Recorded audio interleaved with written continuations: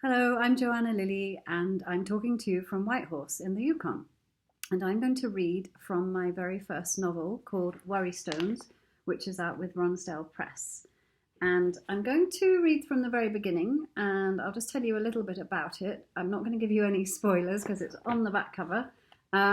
So it starts off in Iqaluit in the year 2000. We're on Baffin Island, so in eastern Arctic Canada. And Jenny Ross, who's from the UK, has got a research grant to study Inuit artists and for her PhD. So she's living her dream life for the summer. And she's about to get the news that her mother back in Scotland has had a severe stroke and is in hospital. So, of course, surely Jenny will rush to her mother's bedside like any good daughter would. However, Jenny has not seen her mother or her father quite deliberately for the last 8 years. So she's going to have a bit of a decision to make. So I'm going to read from the very beginning. And as I say, it's Iqaluit and it's the year 2000. At -18, chocolate didn't taste of much. Jenny Ross pressed the hardness with her tongue and tried to extract a flavour. She was standing on a white ocean of tundra. It was her 7th week in Nunavut and she never wanted to leave. The land was treeless, bright, enormous. There were no mountains, only low rocky hills, and yet the whole landscape felt lifted up, closer to the sun than on any summit she'd ever stood. She broke off another chunk of chocolate. Even though it didn't have any taste, the sugar still did its work. The theobromine still kicked in. She'd hoped she wouldn't need it here in this immense other country where no member of her family had ever stepped. But this morning she'd interviewed Kabavau Ishulatak, the Matisse of the circumpolar world, and she had not got what she needed. Eating chocolate softened the memory, turning it from a sharply rendered oil painting into a blurry pastel. Jenny looked at the long horizon and breathed. This was exactly where she wanted to be at the start of the new millennium. She might not be an artist herself, but at least she was in the art world. She was an art historian. Although here, in this wide white world, she almost wished she'd become a geographer, geologist, something geo, to do with the earth itself. A rock guy, like Dominic. That was how he described himself when she first met him at the research centre. She turned to look at his familiar shape across the broad snow, solid in his red down jacket, and the black snow trousers she was learning to call pants.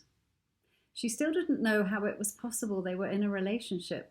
How come this beautiful rock guy with curly brown hair wanted to be with her? He saw her looking his way. "Shall we head back to town, Jenny?" Dominic's voice fractured a quietness that wasn't so much silence as a sound she'd never heard before. "Coming."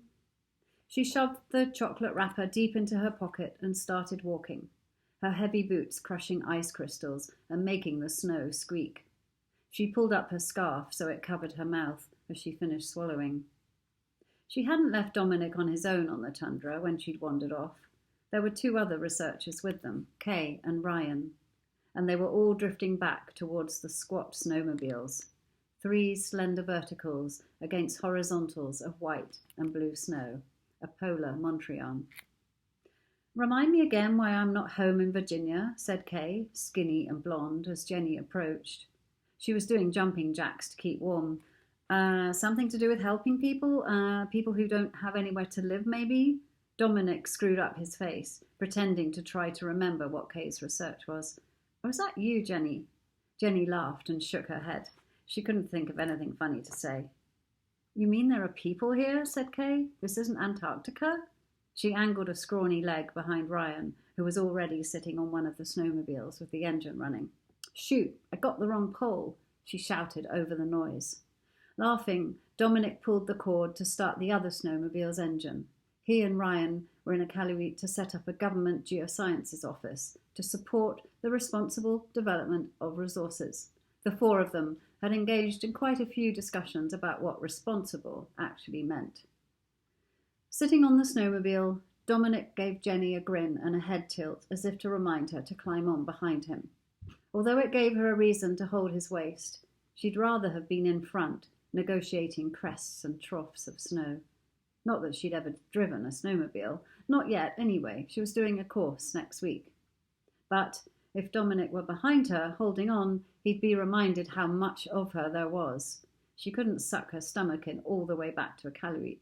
She'd suffocate. And I'm going to leave it there. And I have been reading from Worry Stones, my very first novel, and that's out with Ronsdale Press. Thank you very much for listening.